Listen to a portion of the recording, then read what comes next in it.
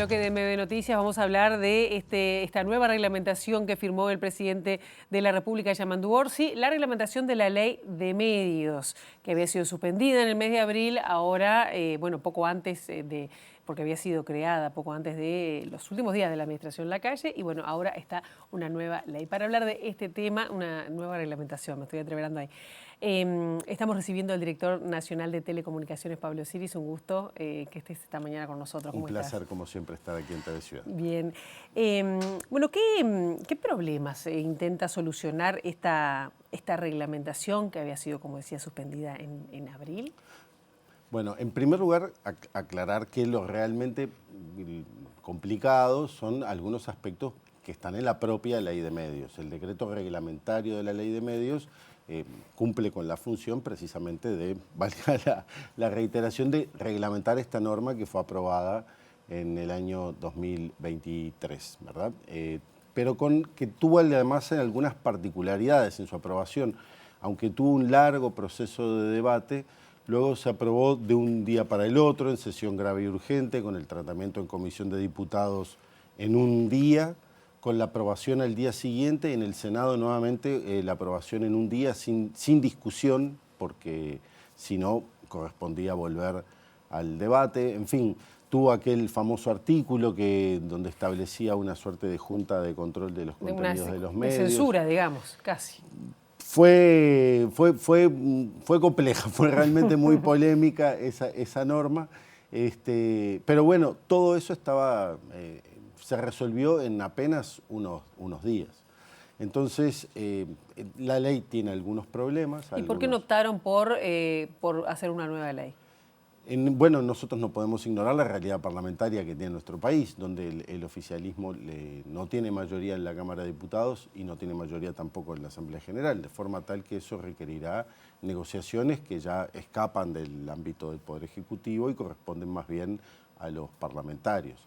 Ese debate parlamentario imaginamos que en algún momento se producirá, pero en este momento a nosotros nos toca cumplir con la ley y por lo tanto reglamentarla. Y en el reglamento que se había aprobado en los últimos días del gobierno de Lacalle Pou, el decreto que se aprobó tenía algunas dificultades, tenía algunos artículos que excedían los cometidos que estaban planteados en la propia ley, algunos contenidos que generaban niveles de confusión y discrecionalidad, y algunos elementos que nosotros entendíamos que le restaban la necesaria transparencia a la reglamentación de la ley.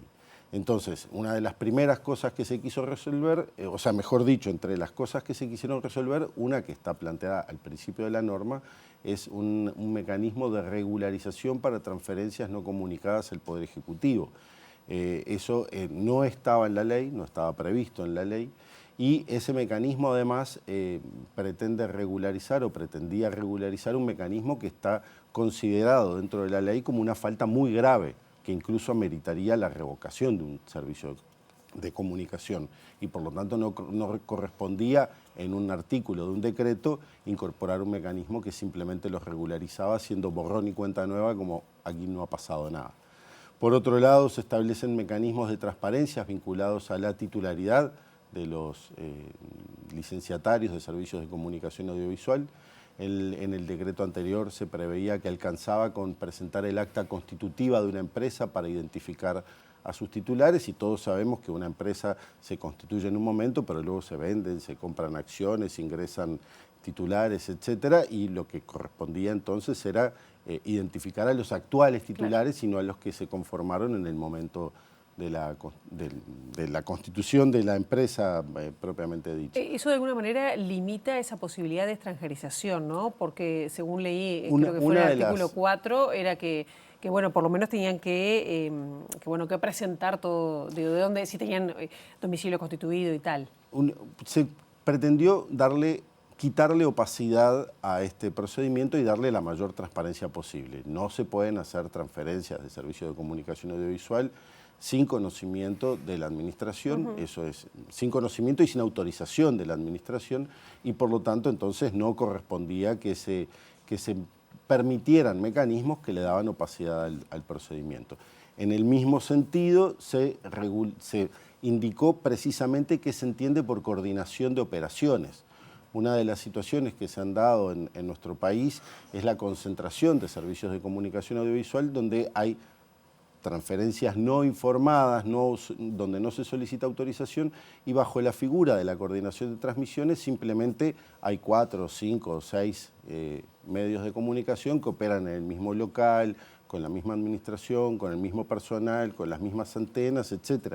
Entonces acá se indica que la coordinación de transmisiones se entiende exclusivamente por las infraestructuras destinadas a las transmisiones, particularmente las torres en las que se colocan los sistemas radiantes. Claro. Al indicar qué se entiende por coordinación de transmisiones, queda claro que todo lo otro no se considera coordinación de transmisiones o de emisiones o de operaciones. ¿Qué pasa con la participación, que fue una de las cuestiones más criticadas por el Frente Amplio en la oposición, que la ley elimina las comisiones honorarias de asesoras, ¿no? Para los servicios de comunicación audiovisual y nuevas licencias, pero acá, por lo que vi en la reglamentación, se abre una puerta cuando se tiene que presentar un nuevo proyecto. Sí, ¿Es efectivamente. Una de las cosas que, por cierto, estaba planteada en el decreto anterior y que se mantuvo en es la presencia de las consultas públicas, un mecanismo que se había establecido en la Ley 19.307, que en la Ley 20.383 no estaba planteado, pero que tampoco está prohibido, y que establece un mecanismo que le permite a la administración convocar a consultas públicas cuando se va a hacer una transferencia o cuando se va a solicitar, se va a hacer un llamado para la instalación de un servicio de comunicación audiovisual. Ese es un mecanismo que nosotros entendemos que es muy importante. Buscaremos profundizar los mecanismos de participación de acuerdo a lo que la ley nos permite. ¿Y por dónde irían esos mecanismos de profundizar la participación? Estamos estudiándolos, porque una de las cosas que nosotros entendemos es que la relación con las organizaciones de la sociedad civil, de la academia, con las personas preocupadas por los derechos de las infancias y adolescencias, con las personas que protegen a las organizaciones que protegen a las personas con discapacidad, etcétera, son voces que son necesarias que la administración tenga presente y que el sistema, todo el ecosistema que se genera alrededor de los servicios de comunicación audiovisual también tenga presente. ¿Y eso se haría con una ley o ampliar esta reglamentación? Estamos estudiando los mecanismos. Nosotros, insisto, tenemos que tener claros que no estamos en una situación hoy en la que haya mayorías automáticas para poder aprobar una ley. Esto requiere de niveles de negociación importantes. Este es uno de los temas que se debatió muchísimo en los últimos 10 años y sería poco realista señalar que lo vamos a resolver instantáneamente. Esto va a requerir importantes negociaciones en el Parlamento y bueno, dejemos que los parlamentarios tomen esa... Pero puede haber iniciativa del Poder Ejecutivo, sí, ¿no? Sí, ¿No está previsto que sea por ahí y sí por el Parlamento? No se descarta, digamos. No se descarta en lo absoluto.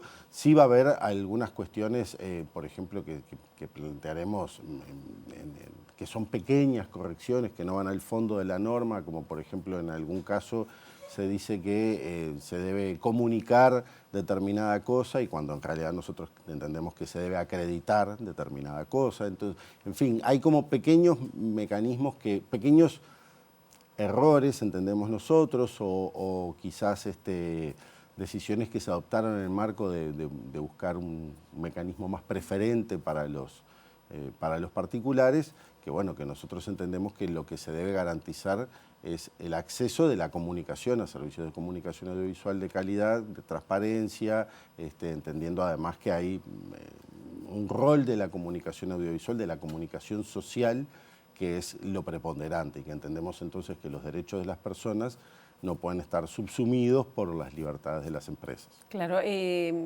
me imagino que hay mucho más para profundizar con respecto a esta reglamentación. ¿Cuáles son los desafíos que también ahora, por primera vez como director de telecomunicaciones y en poquito, en brevemente, ¿no?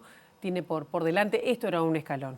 Sí. ¿Cuáles, si tuviera que señalar los que siguen? Nosotros, una de las principales preocupaciones que tenemos en la Dirección de Telecomunicación, en la Dirección Nacional de Telecomunicaciones, es lograr una efectiva democratización del acceso a las telecomunicaciones. O sea, ¿qué quiere decir esto? Nosotros hoy por hoy tenemos fibra óptica que llega a prácticamente todo el país, tenemos telecomunicaciones LTE que llegan a prácticamente todo el país, tenemos 5G ya en buena parte de las localidades del país, o sea, tenemos disponibilidad de los servicios, claro. hay en todos lados. Pero nosotros entendemos que debemos garantizar efectivamente que las telecomunicaciones se conviertan en un derecho humano. Para que eso sea un derecho humano hay otros elementos que debemos garantizar. Debemos garantizar que las telecomunicaciones nos sirvan para tener una ciudadanía digital efectiva.